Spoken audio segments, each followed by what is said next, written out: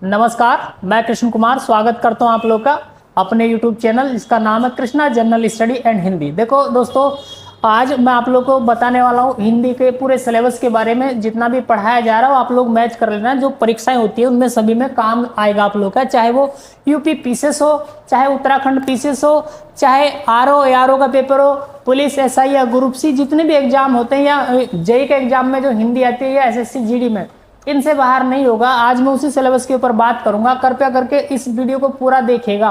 और वीडियो देखने से पहले एक और चीज, चैनल को सब्सक्राइब जरूर कर लेना। जिन्होंने चैनल को सब्सक्राइब नहीं किया वो भी कृपया जल्दी से जल्दी चैनल को सब्सक्राइब करें और देखना अच्छी अच्छी वीडियो आप लोगों के लिए लेकर आऊंगा।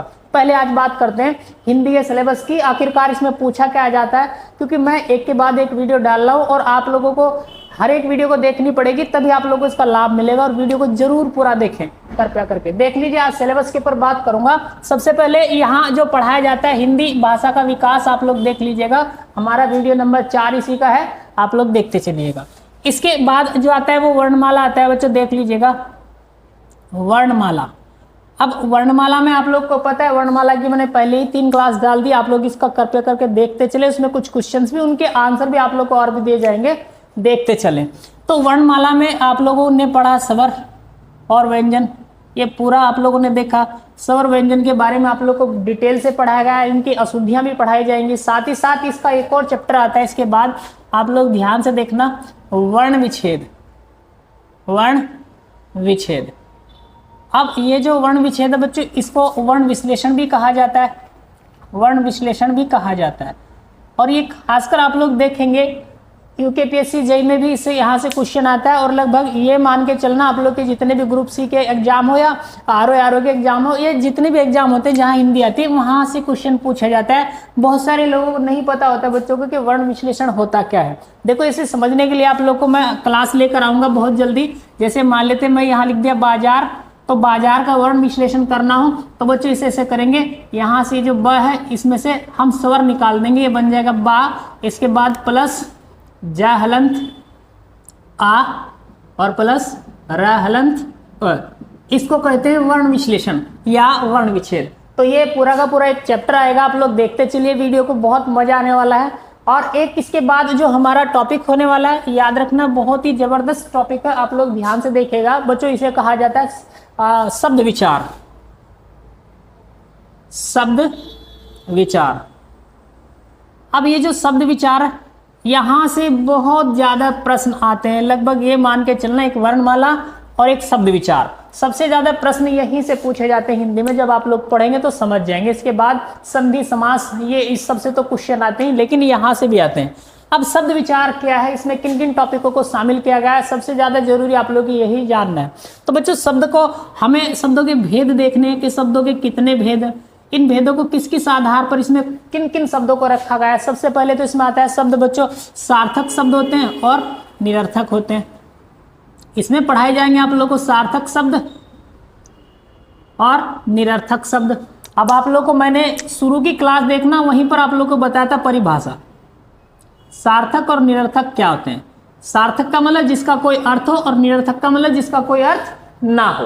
ये ध्यान रखना, यहां से बहुत बढ़िया आप लोगों को क्वेश्चन में समझ में आ जाएगा। इसके बाद इसके भेदों को अगर हम पढ़ें शब्द विचार में, तो रचना या बनावट के आधार पर शब्द के कितने भेद होते हैं। रचना या बनावट के आधार पर शब्द, तो रचना या बनावट के आधार पर शब्द कितने होते हैं बच्चों, यहां से भी कई बार प्रश्न पूछे गए हैं। और बहुत सारे लोगों को पता ही नहीं होता कि रचना या बनावट के आधार पर हम किन्हें कौन से शब्द को रखते हैं, आप रखते हैं इसमें। तो आप लोगों ने देखा होगा एक आता है रूढ़ शब्द। क्या आता है बच्चों, रूढ़ शब्द। बहुत ही महत्वपूर्ण पॉइंट आता है रूढ़ शब्द। इसके बारे में डिटेल से पढ़ाया जाएगा। यानी ऐसे शब्द जिनके टुकड़े करने पर उनके खंडों का कोई अर्थ नहीं होता, लेकिन अगर उन्हें मिला दिया जाए तो एक सार्थक शब्द बन जाता है, उसे रूढ़ कहलाता है। इसके बाद इसमें ही पढ़ेंगे हम बच्चों योग रूढ़, यौगिक। यौगिक शब्द, यौगिक शब्द ऐसे होते हैं जो सार्थक शब्दों के, दो सार्थक शब्दों के मेल से बना होता है, बताएंगे जैसे हिमपल, असाल्य, हिमालय। इसके बाद आता है योग रूढ़। तो ये बन जाएंगे किसका हिस्सा बच्चों, रचना या बनावट के आधार पर शब्द के भेद कितने होते हैं? तो 3 भेद होते हैं। एग्जाम में सीधा क्वेश्चन यहीं से आ जाएगा। मैं आप लोगों को आगे प्रैक्टिस भी कराता चलूंगा क्वेश्चनों की, आप लोगों के लिए बहुत ही लाभदायक होने वाली क्लास। इसके बाद यहां जो दूसरा भेद आता है वो आता है बच्चों अर्थ के आधार पर। अर्थ के आधार पर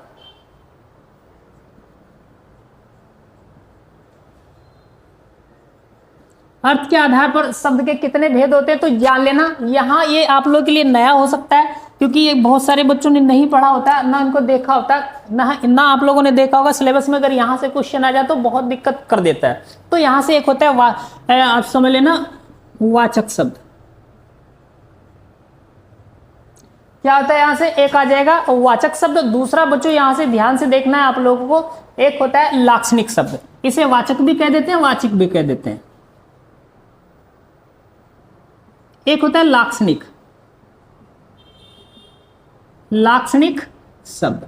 बहुत कम लोगों को पता रहता है कि ये होते क्या है। मैं आप लोग को इनके लिए बताता हूँ। यहाँ से क्वेश्चन छोड़ देता है बच्चा और मैं बताता हूँ ये पलक झपकते ही ठीक करोगे आप लोग, गारंटी इस बात की बच्चों। इसके बाद एक होता है यहाँ से व्यंजक शब्द। व्यंजक शब्द अब देखो कैसे, एक ही उदाहरण से सारी चीजें कर लेंगे। क्योंकि मुझे आज केवल सिलेबस बताना है, पहले आप लोग को इसकी डिटेल से वीडियो बनाऊंगा। जैसे अगर मैं कहूं कि मैं राजस्थानी हूं, या मैं कहूं मैं राजस्थान से हूं, या मैं राजस्थान का हूं, इन तीनों शब्दों का ही इसी से संबंध कैसे होगा, वीडियो को पूरा देखेगा, मजा आने वाला है। चलो नेक्स्ट, इसके बाद आता है उत्पत्ति के आधार पर शब्द। उत्पत्ति के आधार पर शब्द, उत्पत्ति के आधार पर शब्द के भेद। तो ये वाला याद रखना, ऐसा कोई ही एग्जाम होता होगा जिसमें यहां से प्रश्न ना पूछा जाता रहा हो, क्योंकि यहां से आप लोग को पता है उत्पत्ति के आधार पर शब्दों के भेदों में क्या क्या आता है बच्चों। यहां से एक तो आता है तत्सम शब्द। क्या आता है इसमें? तत्सम शब्द। अब तत्सम शब्द कौन से होते हैं बच्चों? जो संस्कृत से सीधे हिंदी में प्रयोग किए गए हो। दूसरा आता है इसमें बच्चों तद्भव शब्द। तद्भव शब्द। अब तद्भव शब्द कैसे होते हैं बच्चों? याद रखना, ऐसे शब्द जो संस्कृत से हिंदी में थोड़ा परिवर्तन के बाद या क्षेत्रीय भाषा से कहीं ना कहीं इनकी उत्पत्ति हुई या प्रभावित हुए हो, ऐसे शब्दों को हम तद्भव कहते हैं। याद रखना, पूरी इसकी क्लास है, देखते चलिएगा।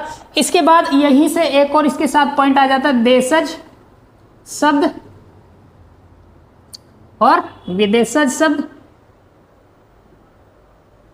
ये भी आप लोगों को इसी में पढ़ाया जाएगा। देखो इनके अलावा इनके साथ एक और टॉपिक पढ़ा दिया जाता है संकर और मिश्रित शब्द। तो संकर शब्द भी मैं यहीं को लिख देता हूं, वैसे तो वो अलग से आ जाता है, तो पर ध्यान रखना बच्चों, एक आ जाता है संकर शब्द। संकर शब्द।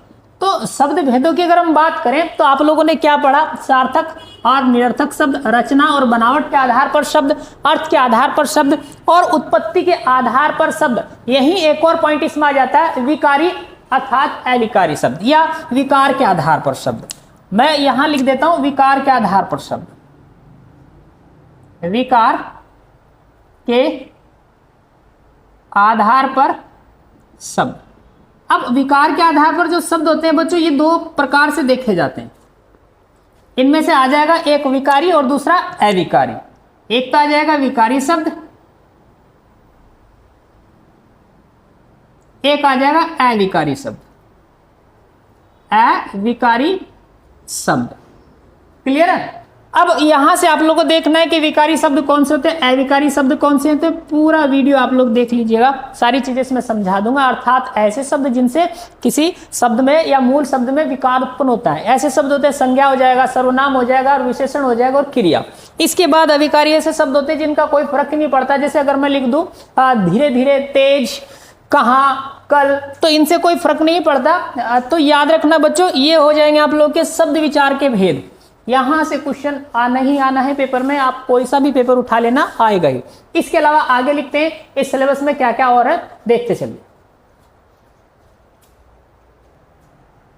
तो देखिए अभी हमने बात की है शब्द विचार की। अब हम बात करेंगे जो इसका नेक्स्ट टॉपिक आता है, जिसे मैं मानता हूं कि संधि की हिंदी की जान समझ लीजिए एक प्रकार से। हिंदी इसके बिना आप लोग का कंप्लीट हो ही नहीं सकता, जिसे हम बोलते हैं संधि। तो याद रखना, संधि की आप लोग को ऐसी ट्रिक पढ़ाई जाएगी, ऐसे तरीके से पढ़ाया जाएगा, डिटेल प्लस ट्रिक। याद रखना, अब तक आप लोगों ने रटी होंगी संधि, लेकिन मेरा बार बार का एक ही बात कहता हूँ बच्चों, रटना नहीं सीखना है। रटोगे तो जिंदगी भर रटते रह जाओगे और कुछ सीख भी नहीं पाओगे। अगर जिंदगी में सफल होना है तो रटना छोड़ दीजिएगा, एक बार सीख लीजिएगा, बार बार सीख लीजिएगा, बार बार आप लोग के काम आएगा। याद रखना, अक्सर सफल वही होते हैं जो बार बार रिवीजन करते हैं। तो संधि आप लोगों को तीनों प्रकार की संधि पढ़ाई जाएंगी और ट्रिक के साथ संधि होंगी, चाहे वो स्वर संधि हो, चाहे वो व्यंजन संधि हो और विसर्ग संधि हो। आप लोगों को मैं एक छोटा सा नमूना बताता हूं कि संधि में कैसे हम देखते हैं, दो वर्णों के मेल से उत्पन्न विकार को संधि कहते हैं। देखो आप लोगों ने देखा होगा, जैसे हम एक शब्द लिख देते हैं हिम और प्लस आले, आप लोगों को यहां जोड़कर आपको पता है हिमालय बन जाता है। और इसकी तो बहुत छोटी सी एक ट्रिक आप लोग समझ जाएंगे, जहां आ की मात्रा हो, बड़ी की मात्रा हो, बड़े ऊ की मात्रा हो, देखते ही पता चल जाएगा आप लोग को ये दीर्घ संधि है। तो ऐसी सी ट्रिक आप लोग को बताएंगे, जैसे हिम प्लस आले, लेकिन आ बना कहां से? मेन चीज ये है बच्चों, ये सीख गए तो संधि सीख गए। जिसने ये सीख लिया उसे रटने की भी जरूरत नहीं पड़ेगी और ट्रिक अपने आप बन जाएगी। ट्रिक कहां से बनती है? ट्रिक यहीं से बनती है। देखो यहां से हम क्या बताएंगे, वो वर्ण विच्छेद यहां काम देगा बच्चों। यहां से सिर्फ म उतारेंगे और यहां से सिर्फ आ उतारेंगे। याद रखना, पूरी संधि में इनका कोई काम नहीं होता, कोई लेना देना नहीं होता, बस इसे तोड़ना सीख जाइए। म हलंत अ, इसमें से क्या निकला? अ। यहाँ प्लस के नीचे प्लस और आ के नीचे आ रखते चले जाइए, केस खत्म। क्योंकि संधि का एक नियम है दीर्घ संधि का, यदि प्लस के इधर और इधर दोनों साइड में आ या आ हो तो जोड़कर आ बन जाता है। फिर झुका तो प्लस के नीचे प्लस और मा अलंत के नीचे मा अलंत, जोड़ दीजिए, जो मात्रा है इसके ऊपर लगा दीजिए मा। आगे जो बचा कुछ नहीं करना, इधर छापना है। ये ले बचा छाप दिया, इधर से ही बचा छाप दिया, बन गया हिमालय। तो आप लोगों को इस तरीके से संधि पढ़ाई जाएंगी ताकि आप लोग रटना नहीं सीखेंगे। रटना नहीं सीखना है, बार बार बता रहा हूं। तो बच्चों ये तो एक छोटी सी बात है, आप लोग को हर एक संधि का इसी तरीके से पढ़ाकर दिखाऊंगा और ट्रिक के साथ पढ़ाऊंगा। बस आप लोग बने रहिए, चैनल को सब्सक्राइब करना ना भूले। चलो खैर, इसके बाद मैं बात करूंगा इसमें संधियों के अलावा जो दूसरी सेक्शन आता है वो आता है सर्वनाम। सर्वनाम, तो बच्चों सर्वनाम क्या होता है, थोड़ा यहां ध्यान से देख लीजिएगा। सर्वनाम शब्दों के बारे में आप लोग को पता होगा, सॉरी समास, यहां समास पढ़ेंगे इसके बाद। कट हो गया। तो संधि के बाद देखना है बच्चों, हम पढ़ाएंगे आप लोग को समास। जैसे संधि में पढ़ा दो वर्णों का मेल, यहां तो आ जाएगा दो वर्णों का मेल। लेकिन बच्चों यहां दो वर्ण नहीं, यहां दो शब्द होंगे, दो शब्दों का मेल, क्या कहलाएगा? समास कहलाएगा। और ट्रिक के साथ पढ़ाऊंगा, याद रखना, ऐसा ट्रिक पढ़ाऊंगा जिंदगी भर नहीं भूलोगे, खतरनाक वाला। इसके बाद यहां से हमारा एक सेक्शन और चल जाता है जो बहुत जबरदस्त है, आप लोगों को मैं बताने वाला हूं, आप देखते चलिए यहां क्या होता है ना। चलो देखिए, चलो देखते हैं। अभी हमने किसकी बात की? संधि, समास, शब्द विचार, वर्ण, वर्णमाला और ये सब आप लोगों ने देखा। इसके बाद जो महत्वपूर्ण पॉइंट आता है उसको बोलते हैं उपसर्ग और प्रत्यय। क्या बोलते हैं बच्चों? उपसर्ग और प्रत्यय। देखो उपसर्ग क्या होता है? उप का मतलब होता है समीप, आप सबको पता चल जाएगा। उप का मतलब क्या होता है? दो वर्णों के मेल से बना है, उप प्लस सर्ग। उप का मतलब होता है समीप या पास में, समीप या पास में या सहायक। अर्थात वे शब्द जो किसी शब्द के शुरू में जुड़कर उसका अर्थ परिवर्तित कर देते हैं। सर्ग का मतलब होता है बच्चों सृष्टि करना या रचना करना, सृष्टि या रचना करना। यानी वे शब्द जो किसी मूल शब्द के शुरू में जुड़कर उसका अर्थ बदल दे वो उपसर्ग कहलाते हैं। प्रत्यय होते हैं जो बाद में लगते हैं। प्रत्यय का मतलब भी क्या होता है बच्चों? पास में ही होता है। और अय का मतलब होता है चलने वाला। तो ये बाद में लगते हैं, ये पहले लगते हैं। इसमें कुछ नहीं करना, यहाँ से सीधा सीधा क्वेश्चन आप कोई भी बच्चा गलत नहीं करता, याद रखना। इसके बाद जो मोस्ट इंपोर्टेंट टॉपिक आता है हिंदी का, उसका नाम है बच्चों संज्ञा से अवयव तक। कहां से? संज्ञा से अवयव तक। अब इसमें कितने टॉपिक इंक्लूड किए गए हैं आप लोग ध्यान रखना। सिलेबस में आप लोग जब मैच करेंगे तो यहां से बहुत सारी चीजें आप लोग को मिलेगी आपके सिलेबस की। बस वीडियो को पूरा देखते चलें। अब संज्ञा से अवयव तक की बात करें तो इसमें कौन कौन से टॉपिक आते हैं, इसमें सबसे पहले आप लोग जान लीजिएगा। एक तो संज्ञा हम पढ़ाएंगे, संज्ञा यहां से आती है। और संज्ञा कितने प्रकार की होती है? मूल रूप से तो 3 प्रकार की होती है और अर्थ के आधार पर 5 प्रकार की होती है। इन्हें मैं यहाँ पूरी डिटेल से पढ़ाने वाला हूँ, याद रखना है। जैसे व्यक्तिवाचक संज्ञा, जातिवाचक संज्ञा और भाववाचक संज्ञा। इसके अलावा जातिवाचक संज्ञा के भी दो भेद होते हैं, जिसमें से द्रव्यवाचक संज्ञा और समूहवाचक संज्ञा। ये आप लोग पढ़ेंगे यहाँ पूरा का पूरा। इसके बाद यहाँ आता है बच्चों सर्वनाम। सर्वनाम क्या आता है बच्चों? वे शब्द जो संज्ञा शब्दों के स्थान पर प्रयोग किए जाते हैं वो सर्वनाम कहलाते हैं। और संज्ञा क्या होती है? किसी का भी नाम। सीधी सीधी बात है, बस ये रट लेना कि किसी का भी नाम क्या होता है? संज्ञा होता है बच्चों, है ना, ये सीख लेना बस। और वे शब्द जो संज्ञा शब्दों के स्थान पर प्रयोग किए जाते हैं सर्वनाम कहलाते हैं। इनके भेद भी आप लोग को पढ़ाए जाएंगे, इनके कितने भेद होते हैं। तो सर्वनामों के भेद आप लोग देख लीजिएगा, बहुत महत्वपूर्ण, चाहे वो पुरुषवाचक सर्वनाम हो, निजवाचक सर्वनाम हो, या निश्चयवाचक, अनिश्चयवाचक, संबंधवाचक, प्रश्नवाचक, ये आप लोग यहाँ से सीख लेंगे, क्योंकि इनकी क्लास प्रॉपर आएंगे। आप लोग चिंता ना करना, बस वीडियो को देखते चले। और इसके बाद संज्ञा सर्वनाम के बाद जो इसमें शामिल किया गया, एक आता है इसमें लिंग। अब आपको पता है हिंदी में दो प्रकार के लिंग का प्रयोग किया गया, एक स्त्रीलिंग, दूसरा पुल्लिंग। तो आप लोग यहाँ से आराम से देख लेंगे। इसके बाद यहाँ प्रयोग किया गया तो वचन। यहाँ क्या आएगा? वचन। अब वचन भी हिंदी में दो प्रकार के होते हैं बच्चों, एक वचन और बहुवचन। क्लियर मामला? ये इसकी ट्रिक है, ट्रिक के साथ पढ़ेंगे ना बच्चों, बहुत जबरदस्त ट्रिक है। ध्यान से देखना, बस पलक झपकते ही आंसर करोगे। ये मेरी बात को आप लोग दिमाग में बैठा लेना। इसके बाद यहां से आप लोग पढ़ेंगे बच्चों कारक। और कारक कितने प्रकार के होते हैं बच्चों? कारक का मतलब होता है करने वाला। इसके कुछ विभक्ति चिन्ह होते हैं, का, से, ने, ये सब आप लोग आराम से देख लेंगे, बहुत आराम से। कारक के प्रकार 8 होते हैं। देखना आप लोग का मुश्किल से ये टॉपिक 2-2, 3-3 मिनट के हैं। 2-2, 3-3 मिनट के अगर ढंग से देखते चले और हिंदी का काम आप लोग का कंप्लीट हो जाएगा। इसके बाद हम यहाँ पढ़ने वाले हैं बच्चों, कारक हो गया। इसके बाद हम पढ़ेंगे यहां से विशेषण। अब विशेषण के साथ विशेष्य,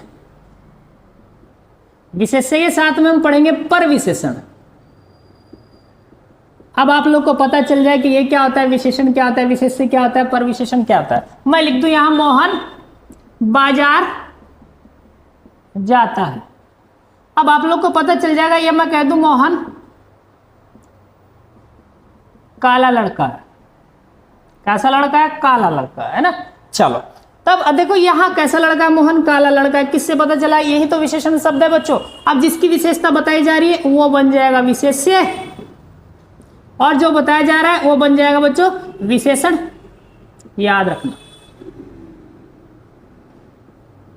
और अगर यही सेंटेंस को और बढ़िया करके लिख दे कि मोहन बहुत काला लड़का है, मोहन बहुत काला लड़का है, तो बच्चों यहां ये सारी चीजें कंप्लीट इसमें सही। बहुत क्या आ जाएगा इसमें? परविशेषण। बस केस खेल खत्म, इसका भी याद रखना। इसके बाद जो हम इसमें पढ़ते हैं बच्चों वो आता है क्रिया। तो आप लोग देखते चलिएगा, इन्हें बहुत आसान चीजें हैं। यहां से विशेषण के बाद हम पढ़ेंगे आप लोग को क्रिया। क्या आ जाएगा? क्रिया। तो क्रिया बहुत इंपॉर्टेंट, यहां से बहुत क्वेश्चन आते हैं बच्चों। सकर्मक क्रिया, अकर्मक क्रिया और सहायक क्रिया हो जाएगी, पूर्वकालिक क्रिया हो जाएगी, द्विकर्मक क्रिया हो जाएगी, ये सब आप लोग पढ़ेंगे। यहाँ से प्रेरणार्थक क्रिया हो जाएगी। यहाँ से क्वेश्चन आना ही आना है, याद रखना, बहुत महत्वपूर्ण। इसके बाद हम जो पढ़ने वाले हैं वो पढ़ेंगे वाक्य भेद। क्या पढ़ेंगे? वाक्य। अब वाक्य क्या होते हैं? यहां से भी प्रश्न हर पेपर में आते हैं। वाक्य के कितने भेद होते हैं, वाक्य की अशुद्धियां और विराम चिन्ह, यहीं से पढ़ेंगे। वाक्य के भेद पढ़ेंगे, वाक्य की अशुद्धियां पढ़ेंगे, यानी शुद्ध वाक्य, अशुद्ध वाक्य कौन से होते हैं। बहुत बढ़िया टॉपिक है बच्चों, बहुत जबरदस्त। इसके बाद हम पढ़ेंगे विराम चिन्ह। अब विराम चिन्ह क्या होते हैं बच्चों?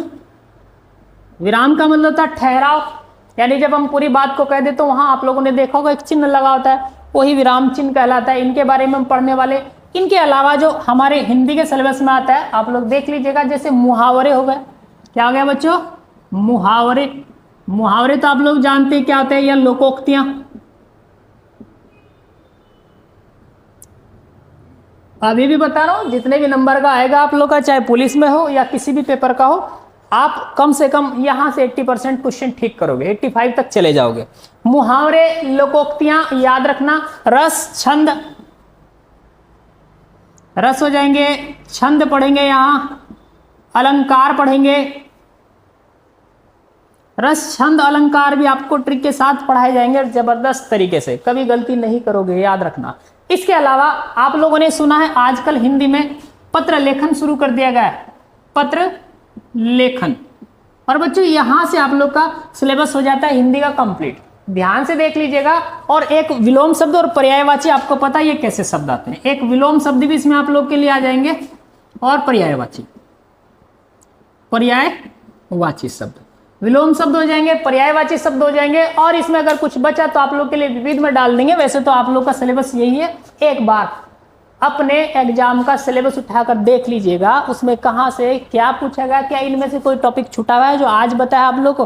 तो याद रखना बच्चों, कमेंट जरूर करें। अगर किसी का कोई टॉपिक छूट रहा होगा तो मुझे कमेंट करके जरूर बताइएगा, मैं उसे भी कंप्लीट करा दूंगा यहाँ। वैसे अब तक आप लोग देख लीजिएगा, हिंदी व्याकरण में यही पूछा जाता है। बाकी हिंदी साहित्य का रहता है, उसकी अलग से क्लास शुरू हो जाएंगी, हिंदी साहित्य बस। और आप लोग का बच्चों बेड़ा पार हो जाएगा हिंदी में। हिंदी का तो यही सिलेबस है। और कृपया करके इस वीडियो को जितने भी लोग देख रहे हैं ज़्यादा से ज़्यादा एक तो वीडियो को पूरा देखें और चैनल को सब्सक्राइब करना ना भूलें। जितने भी नए हैं वो भी जरूर देख लीजिएगा, इसको करेगा ना। धन्यवाद, आज के लिए इतना ही। जय हिंद।